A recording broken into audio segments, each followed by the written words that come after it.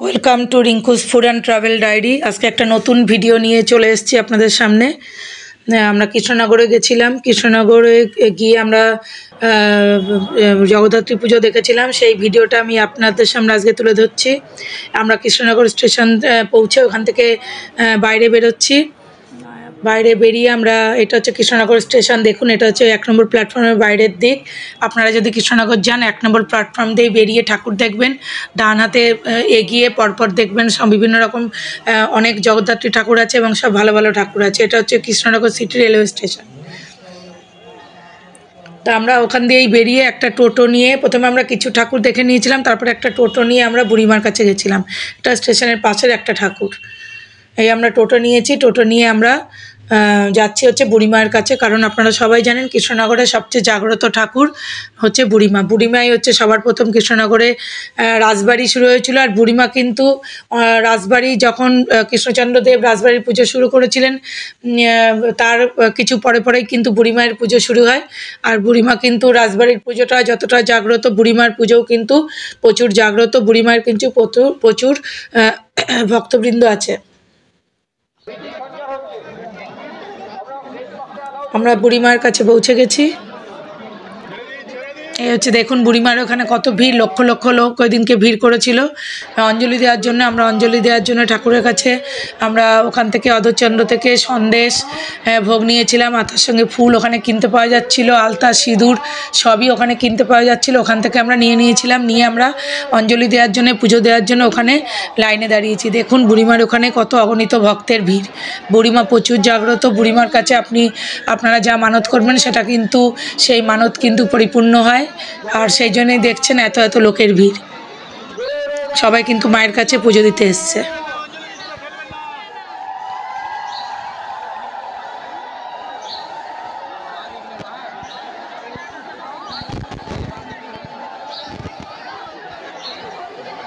প্রচুর পুলিশ প্রশাসন থেকে প্রচুর পুলিশ ছিল, কিন্তু ভিড় নিয়ন্ত্রণ করা যাচ্ছিল না। অগণিত মানুষের ভিড় এখানে। এই হচ্ছে বুড়িমা, দেখুন কত সুন্দর মায়ের মুখখানি। সবাই অঞ্জলি দিচ্ছে। জয় বুড়িমা। ভীষণ ঠেলাঠেলি চলছিল, ভিড় দেখে বুঝতেই পাচ্ছেন। আমি অনেক কষ্ট করে ফটো তোলার চেষ্টা করেছি যতটা সম্ভব, যাতে আপনারা দেখতে পারেন। সেই জন্য আমি যতটা সম্ভব ততটাই আমি ফটো তোলার চেষ্টা করেছি। এবার আমরা এসেছি পুজো দিয়ে ভোগের লাইনে। আমরা ওখান থেকে 200 টাকার কুপন কেটে নিয়েছিলাম ভোগ নেওয়ার জন্য। এখানে ভোগের খুব ভালো ব্যবস্থা আছে। 100 টাকা, 50 টাকা, 20 টাকা, 500 টাকা পর্যন্ত ভোগের কুপন আছে। আমরা 200 টাকার কুপন কেটেছিলাম এবং সেখান থেকে 100, 200 টাকা দুটো ভোগ দিয়েছিল আমাদের। ভোগের পরিমাণ যথেষ্ট বেশি ছিল। আমরা 3 জনে মিলে একটা ভোগ খেয়েছিলাম আর একটা বাড়ি নিয়ে এসেছিলাম। ভোগ ভীষণ সুন্দর, বেশ খুব সুন্দর করে পোলাও ভোগ দিয়েছিল। আর ওখানে পোলাওটা খুব সুন্দর হয়েছিল ভোগটা। আর ওখানে কিন্তু ফ্রি খিচুড়িও দিচ্ছিল। খিচুড়ির লাইনে প্রচুর ভিড় ছিল। সেই জন্য আমরা কুপন কেটে আমরা পোলাও ভোগ নিয়ে ওখানেই বাইরে বসে আর কি খাওয়ার জায়গাও ছিল, ওখানে বসে আমরা খেয়ে আমরা অন্যান্য ঠাকুর দেখার উদ্দেশ্যে বেরিয়েছি।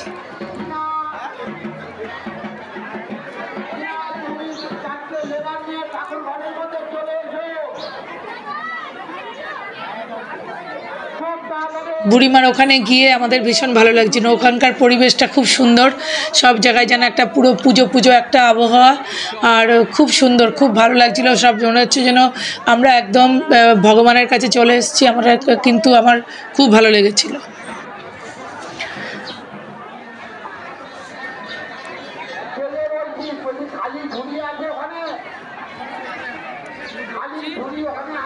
এখানে দেখুন ভোগ প্রসাদ, কত টাকার ভোগ প্রসাদ সেটা কিন্তু এখানে দেখা যাচ্ছে। আমি দেখিয়েছি, দেখে নিন আপনারা।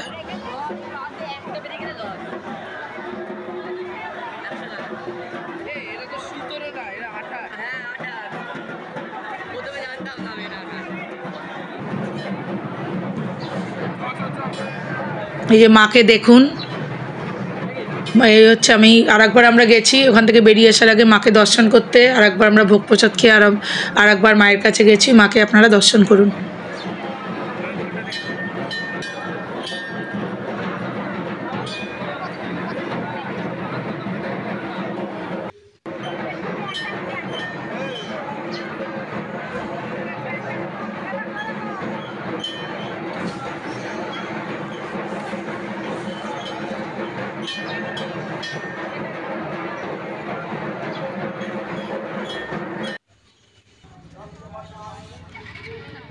আমরা এখন গেছি ক্লাব প্রতিভা। এটা হচ্ছে ক্লাব প্রতিভার ঠাকুর। দেখুন, এটা হচ্ছে বিশ্বের সবচেয়ে বড় জগদ্ধাত্রী ঠাকুর।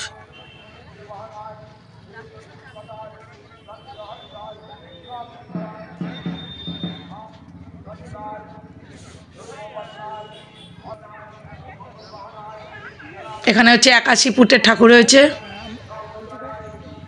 আমরা এখন চলে এসেছি ক্লাব প্রতিভা। এই ঠাকুরটা হচ্ছে সবচেয়ে বড় ঠাকুর, এরা বলছে বিশ্বের সবচেয়ে বড় ঠাকুর।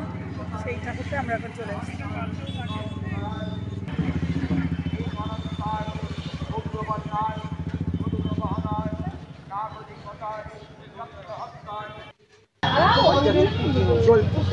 আমরা এবার ভেতরে এসেছি। ভেতরের ঠাকুরও খুব সুন্দর। আর এই প্রথমবারই তো, এর আগের বছর তো বোধহয় 51 ফুট হাইটে আমরা একটি সাক্ষাৎকার নিচ্ছি, আপনারা সবাই শুনুন। এই হচ্ছে মায়ের প্রতিমা। দেখুন ভেতরের ঠাকুরটা কত সুন্দর। এটা কত? 81 ফুট। 81 ফুট হাইটে কামালপুর দিয়ে এসছে, রানাঘাটের। আর এই ঠাকুর কতদিন আছে? মা তো মানে মনে হয় আমাদের এটা মঙ্গলবার দিন, মঙ্গলবার, মানে আজকে হচ্ছে আপনার প্রথম পুজো হলো। আজকে নবমী। নবমী হয়ে গেল, কালকে দশমী হবে না, দুবেলা পুজো হবে। ওই মঙ্গলবারের দিন দধিকর্মা করে বিজয়কর বিজয় হবে। শোভাযাত্রায় কিছু রেখেছি? শোভাযাত্রায় এখন ঠিক স্পেশাল কী করছে এটা আমি বলতে পারবো না। আমাদের ওখানে দাঁড়িয়েছিস, এদিকে কথা বল, কি করবি? হ্যালো, বল, আপনি যেটা বলছেন বলুন। না না, উনি বলুন। ওই শোভাযাত্রা, ওই যে শোভাযাত্রার ব্যাপারটা কি করবি তোরা? কিছু করবি? ঠাকুর যেমন আমাদের মঙ্গলবার দিন বিসর্জন 50 বছরে পূর্ণ হলো। 50 বছরে পূর্ণ হলো। তাহলে উনি ঠিকই বলেছে। আচ্ছা, এবার 50 শোভাযাত্রা কি কোনো স্পেশাল কিছু আছে? স্পেশাল বলতে এইটা যেমন নর্মালি মঙ্গলবার দিন সেকেন্ড বিসর্জনের দিন বিসর্জন হয়, ওটা কোনো স্পেশাল কিছু নেই। যেমন তাছাড়ার সাথে যেমন যায় ওরকমই যাবে। আর এই যে আমাদের বড় ঠাকুরটা, এটা তো জল দিয়ে ধোয়ার কোনো ব্যাপার নেই। এটা আপনার আমাদের ওই আরও 2-3 দিন আমরা রাখবো। আচ্ছা, এটা ফাইবারের। এটা কামালপুর দিয়ে এসছে। হ্যাঁ, কামালপুরে দুর্গা হয়েছিল, এখানে কামালপুর। হ্যাঁ হ্যাঁ, 81 ফুট হাইটে। আচ্ছা, এটা এখন কি করবেন? মানে এই যে পুজোর পরে, এই পুজোর পরে এটা আমরা মোটামুটি 2-3 দিন রাখার পরে আমরা এটা হয়তো একটা অনুষ্ঠানের মাধ্যমে এটাকে আমরা, এটা তো খুলে নেবে, এটা তো ধোয়াধুয়ি কোনো ব্যাপার নেই, ঠিক আছে? এইটুকুই আছে। আপনারা করেছিলেন 51 ফুট হাইট। গত বছর না, তার আগের বছর হয়েছিল। ওটা মাটির হয়েছিল পুরো, আর এটা তো এবার পুরো টোটালি ফাইবারের। কামালপুর। আর শোভাযাত্রা বলতে আপনি বললেন না, বলেছেন তো? হ্যাঁ। আচ্ছা আচ্ছা, বলছি এখানে যা আসবে, ধরুন এই বছর তো এখনো চলছে মঙ্গলবার পর্যন্ত। হ্যাঁ হ্যাঁ, আবার তো মঙ্গলবার না, আমাদের আরো 2-3 দিন। আর এই মেলা বোধহয় হ্যাঁ, মঙ্গলবার তো এটা তো প্রশাসনের নিয়মেই যাবে। এই ঠাকুর এটা তো আমাদের নিজস্ব নিয়মে যাবে না, এটা প্রশাসনের নিয়মে যাবে। এবং তারপরে আমরা আরো 2-3 দিন 4 দিন ঠাকুর রাখার। আর মেলা বোধহয় 1 সপ্তাহ নাগাদ থাকবে। মেলাও থাকবে। আচ্ছা, এই বুড়ি মা যে যায়, বুড়ি মার সঙ্গে কি এই মায়ের কোনো মানে ভাসানের কোনো ব্যাপার আছে? না না না, বুড়িমা তো কালকে বিজয় হয়ে যাবে। আচ্ছা, আমাদের তো সেকেন্ড দিন, কেন বুড়িমা তো 12 ওগুলো প্রথম দিন হয়, আর ক্লাব তো সেকেন্ড দিন হয়। এখানে যত 12 আছে কালকে বিজয় হয়ে যাবে, কালকে বিজয় হয়ে যাবে।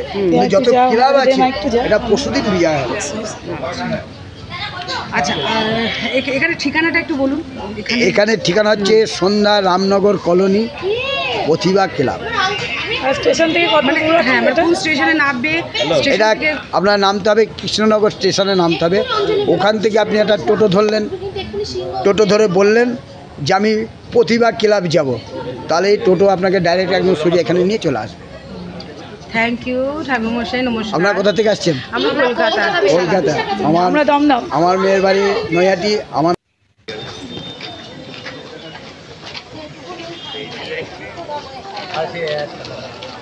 আমরা এখন চলে এসেছি মহাকালেশ্বর মন্দির। মণ্ডপ তৈরি করেছে। এটা হচ্ছে অন্নমাতা। এখানে আমরা চলে এসেছি। এখানে হচ্ছে উজ্জয়িনীর মহাকালেশ্বর মন্দির এখানে তৈরি করেছে। 30তম বর্ষ পদার্পণ করল। এবারের নিবেদন মহাকাললোক উজ্জয়িনী। আপনাদের প্রত্যেককে এখানে মহাকাল মন্দির উজ্জয়িনী এটা এবার তৈরি করেছে।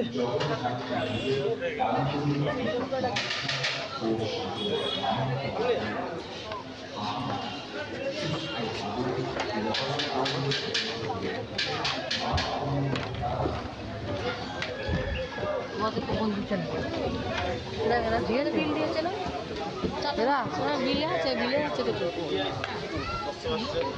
আমরা মণ্ডপের ভেতরে উঠছি।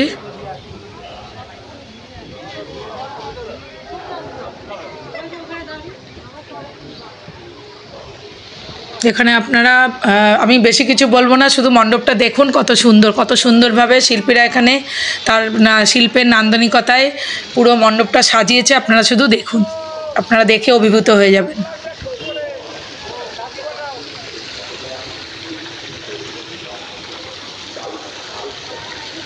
এটা হলো ওয়ান অফ দ্য বেস্ট মণ্ডপ পুরো কৃষ্ণনগরের ভিতর।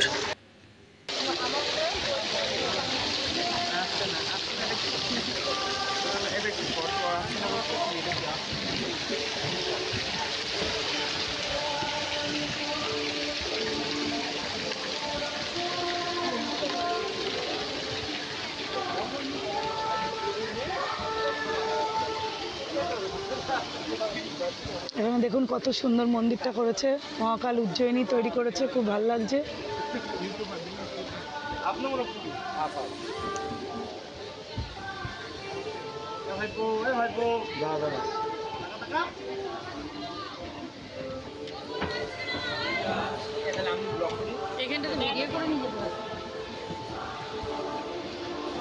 পুরো মন্দিরটায় খুব সুন্দর করে সাজিয়েছে, ভীষণ ভালো লাগছে।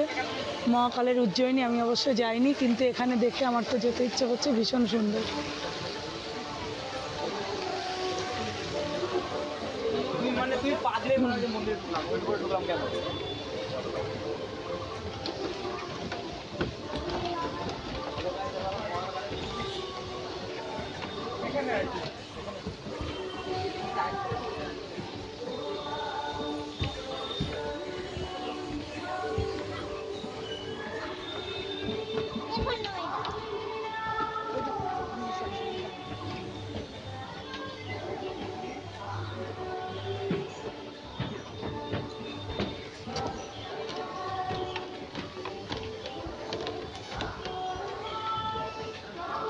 এবারে আমরা ভেতরে ঢুকছি, এখানেই তৈরি করেছে মহাকালেশ্বর মন্দির।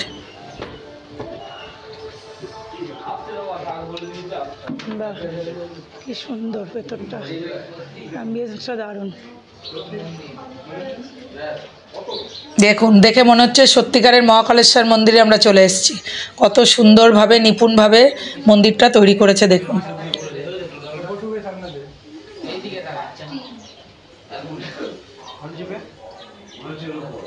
জয় মহাকালেশ্বর, জয় শিবশম্ভু।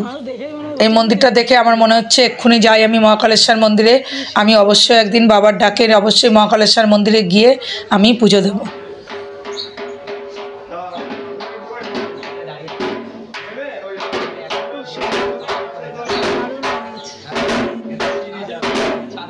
আমরা এখানে প্রণামী দিয়ে আমরা ভেতরে মায়ের মাতৃ প্রতিমা আছে, সেখানে পুজো হচ্ছে ভেতরের মণ্ডপে, আমরা সেখানে এখন যাব।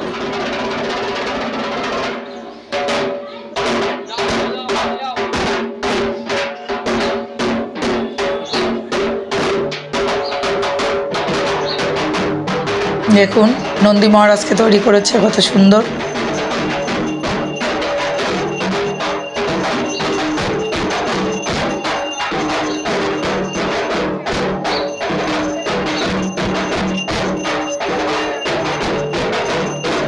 মহাদেবের চারপাশে কত সুন্দর সুন্দর পেন্টিং এখানে এরা রেখেছে, দেখুন প্রত্যেকটা পেন্টিং কত সুন্দর।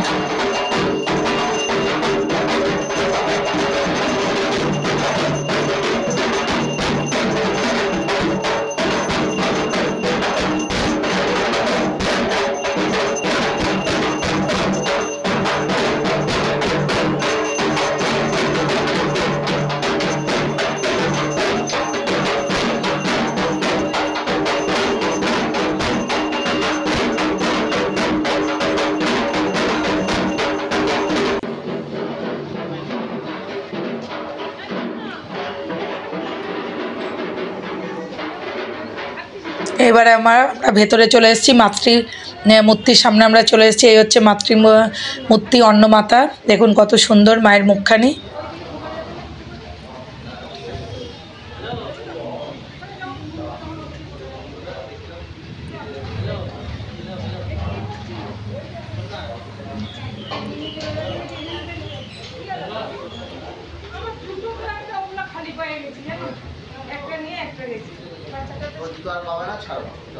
না পাওয়ার জন্য নয়, দেখলাম একটুখানি প্যাকেট পাওয়া যাবে নাকি এখন বৌমা?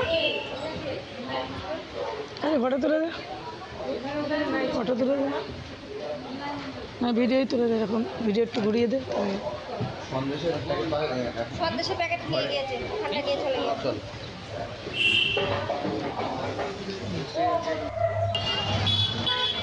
না ওইগুলো পরে পরে পরে না বুঝছ না।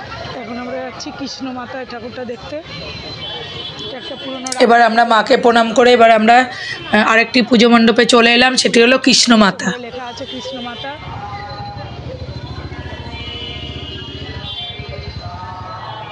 এখানে ভাওয়ালি রাজবাড়ি তৈরি করেছে, রাজবাড়িটা ভীষণ নিপুণভাবে তৈরি করেছে। আমরা বাইরে ফটো তুলে রাজবাড়িটা সুন্দরভাবে মণ্ডপটা দেখে সুন্দরভাবে দেখে আমরা ভেতরে গেলাম। ভেতরে আছে মাতৃ প্রতিমা, ওখানে মায়ের পুজো হচ্ছে। দারুণ।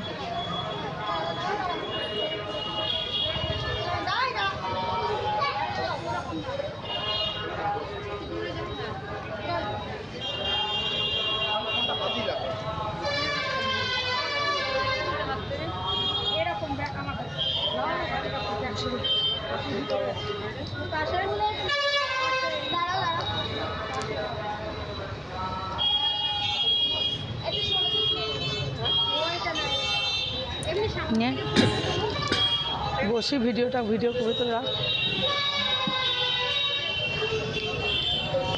কাছে আয়, বিয়েটা লেখা। আমরা এখন বসে আছি, এরপরে আমরা ভেতরে ঠাকুর আছে, এখনো ঢুকিনি, এরপরে ঢুকবো, একটু রেস্ট নিয়ে তারপরে ঢুকবো। সারাদিন ধরে ঠাকুর দেখছি, অনেকটাই ক্লান্ত, একটু পরে ঠাকুর দেখবো, তখন আপনাদের দেখাবো। আমরা এখন মণ্ডপের ভেতরে যাচ্ছি, ভেতরে ঠাকুর এবার মাতৃ প্রতিমার দেখবো। এখন এই হচ্ছে মাতৃ প্রতিমা, ভীষণ সুন্দর। এই যে আমরা এখন ভেতরে চলে এসেছি। ভেতরে মনে হচ্ছে রাজবাড়ির যেমন পুজোর দালান থাকে, হ্যাঁ সেই রকম যেন এটা হচ্ছে পুজোর দালান। দেখুন ওখানে কি সুন্দর ঝাড়বাতি দিয়ে সাজিয়েছে, আর এখানটায় হচ্ছে মাতৃ প্রতিমার পুজো হচ্ছে। এটা হচ্ছে ঠাকুর দালান তৈরি করেছে, এখানেই মাতৃ প্রতিমার পুজো হচ্ছে। দেখুন কত সুন্দর কৃষ্ণ মাতা। জয় মা কৃষ্ণ মাতা। এখানে কিন্তু ভগবানের সবই সোনার অলংকার, নিজস্ব সোনার অলংকার দিয়ে সাজানো। আমরা প্রথমেই বুড়িমাকে দেখিয়েছিলাম, ওখানে 15 কেজি সোনা দিয়ে সাজানো আছে। এখানেও কিন্তু অনেক সোনা দিয়ে সাজানো আছে, এগুলো সবই কিন্তু রিয়েল।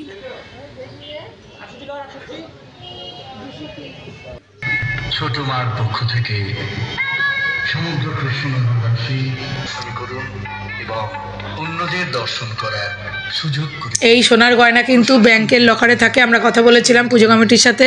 ব্যাংকের লকারে থাকে, সারা বছর পুজোর সময় বের করে মাকে সাজানো হয়। এবার আমরা আর একটা পুজো মণ্ডপে চলে এসেছি, এটা হলো কাঁঠাল বারোয়ারির ছোটো মা।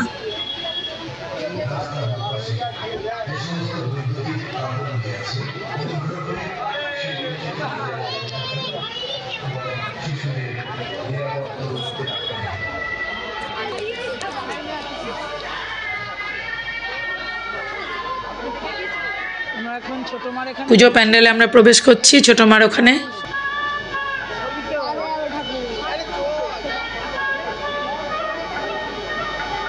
এটাও তো খুব সুন্দর।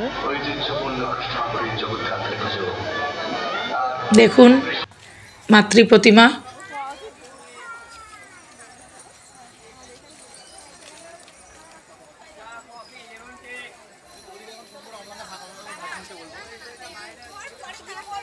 আমরা মাকে দেখে এবার চলে এলাম রাজবাড়ির উদ্দেশ্যে।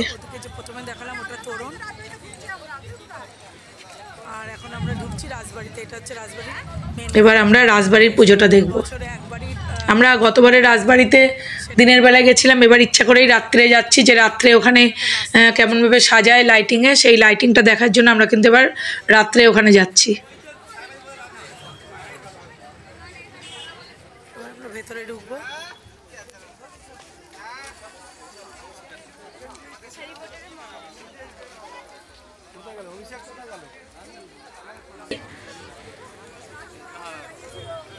এবার আমরা রাজবাড়ির ঠাকুর দালানে ঢুকবো। লোকেরা জিজ্ঞেস করে আসতে পার।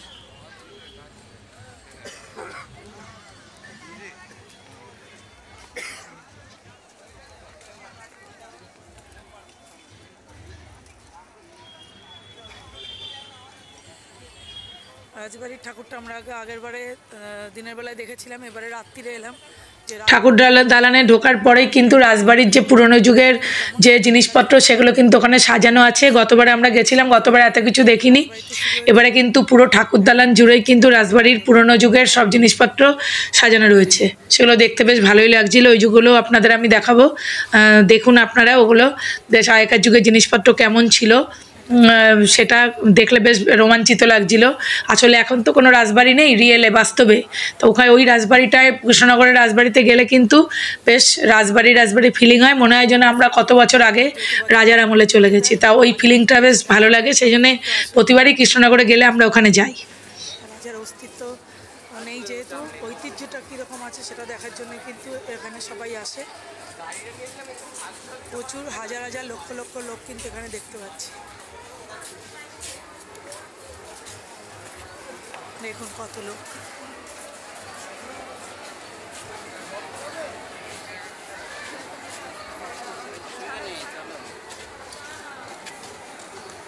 রাজবাড়িতে কিন্তু অনেক মানুষকে দেখা যাচ্ছে, প্রচুর লোক এসছে, কারণ রাজবাড়ি কিন্তু সারা বছর বন্ধ থাকে, একমাত্র জগদ্ধাত্রী পুজোতেই রাজবাড়িতে ঢোকা যায়। তা সেই জন্য কিন্তু এই সময় রাজবাড়ির পুজোটা অনেক মাহাত্ম্য আছে। সেই জন্য কারণ রাজা কৃষ্ণচন্দ্র রায় কিন্তু এই রাজবাড়িতে এই পুজোটা, প্রথম জগদ্ধাত্রী পুজো কিন্তু রাজা কৃষ্ণচন্দ্রই উদ্ভাবন করেছিলেন, উনি প্রতিষ্ঠা করেছিলেন সবার প্রথম এই পুজোর। রাজবাড়িতে সবার প্রথম এই জগদ্ধাত্রীর পুজো হয়েছিল। সেই জন্য এখানে কিন্তু প্রচুর মানুষের, এই পুজোটা দেখার জন্য কিন্তু প্রচুর মানুষের সমাগম দেখা যায় এই জগদ্ধাত্রী পুজোতে।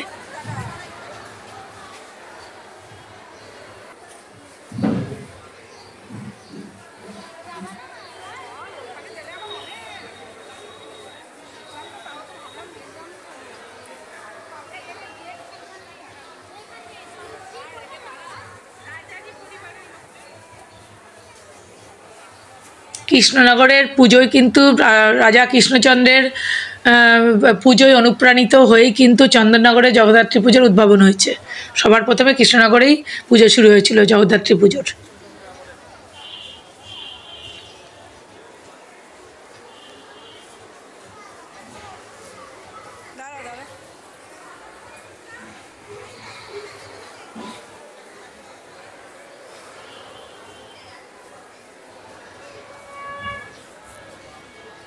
আসলে এই পুজোর ইতিহাস এই রকম, এটা রানীমার কাছে আমরা গতবারে শুনেছিলাম যে, এবারে আমরা যেহেতু রাত্রে গেছি, রানীমার সঙ্গে দেখা হয়নি, গতবারে দুপুরবেলায় গেছিলাম, রানীমার সঙ্গে কথা বলেছিলাম। তা রানীমা বলেছিলেন এই পুজোর ইতিহাস এই রকমই, যে রাজা কৃষ্ণচন্দ্র ওকে কোনো এক কারণে ইংরেজরা বিনা অন্যায়ভাবে ওনাকে কারারুদ্ধ করেছিল 15 লক্ষ টাকা ঋণের দায়ে। এবং উনি যখন আর কি দুর্গাপুজোর সময় উনি ছিলেন হচ্ছে কারাগারে, উনি যখন তারপরে ফিরে আসেন কারাগার থেকে, তখন কিন্তু দুর্গাপুজো হয়ে গেছে। তখন ওনার খুব মন খারাপ ছিল যে মা আমি তোমার পুজো করতে পারলাম না।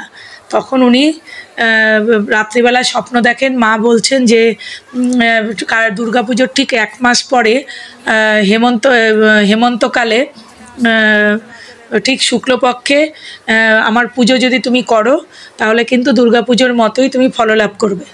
সেই পুজোই যে হচ্ছে জগদ্ধাত্রী পুজো। এবং রাজা এই কৃষ্ণচন্দ্রের যে পুজোটা, উনি এটা কিন্তু মা ঘোড়সওয়ারি রূপে এখানে পুজো হয়, মা ঘোড়ার উপর বসে আছেন। এইভাবেই কিন্তু উনি স্বপ্ন দেখেছিলেন যে দাবার যে ঘোড়া, সেই ঘোড়ার উপরে মা বসে আছেন, এইভাবে স্বপ্ন দেখেছিলেন। সেইভাবে কিন্তু তখন থেকে আজও পুজো হয়ে আসছে মায়ের। অন্য জায়গায় আমরা সিংহবাহন দেখি, এখানে কিন্তু মা ঘোড়সওয়ারি। তা সেই তখন থেকেই যেহেতু ওই পুজোটা হেমন্তকালে, তাই জগদ্ধাত্রীকে বলা হয় হৈমন্তিকা। তা এই পুজোটা এইভাবেই উদ্ভাবন হয়েছিল জগদ্ধাত্রী পুজোর।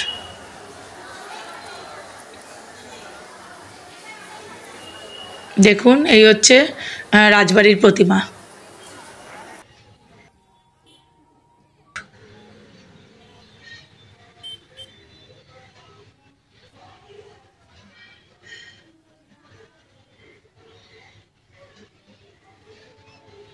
রাজবাড়ির প্রতিমা দেখে আমরা আরেকটি প্রতিমা স্টেশনের কাছে আরেকটি প্রতিমা দেখতে এসেছি। আমরা স্টেশনেই যাচ্ছি, যাওয়ার পথে আমরা ওখান থেকে টোটো নিয়েছিলাম, যাওয়ার পথে যে সমস্ত পুজো দেখতে পেয়েছি সেখানেই টোটো থেকে নেমে আমরা ঠাকুর দেখেছি। তো এই পুজোটাও কিন্তু খুব সুন্দর, মায়ের মাতৃ প্রতিমা এখানে খুব সুন্দর।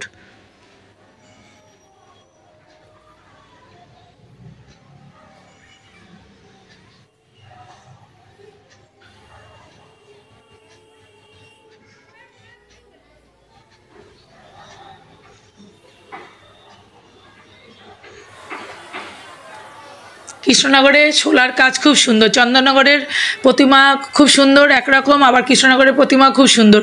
কৃষ্ণনগরে কিন্তু শোলার কাজে বিখ্যাত, খুব সুন্দর, মানে ডাকের সাজে মাকে এখানে সাজানো হয়। শোলার কাজ দেখলে অভিভূত হতে হয়, এত সুন্দর। এবারে আমরা আরেকটি ঠাকুর দেখতে এসেছি,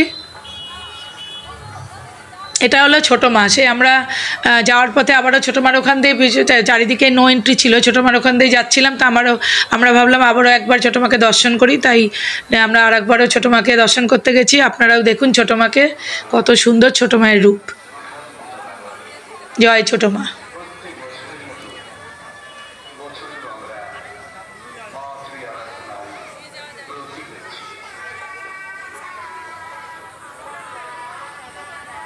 ভিডিওটা এতক্ষণ দেখার জন্য আপনাদের অনেক অনেক ধন্যবাদ। আমার চ্যানেলটা যদি ভালো লাগে, আমার ভিডিও যদি ভালো লাগে আপনাদের, তাহলে আমার চ্যানেলটাকে সাবস্ক্রাইব করে আমার পাশে থাকার অনুরোধ রইল, এবং চ্যানেলটাকে ভিডিওটাকে লাইক, কমেন্ট এবং শেয়ার করবেন। আপনাদের অনেক অনেক ধন্যবাদ। আপনারা সবাই সুস্থ থাকবেন, ভালো থাকবেন। আবার নতুন কোনো ভিডিওতে আপনাদের সঙ্গে আমার দেখা হবে।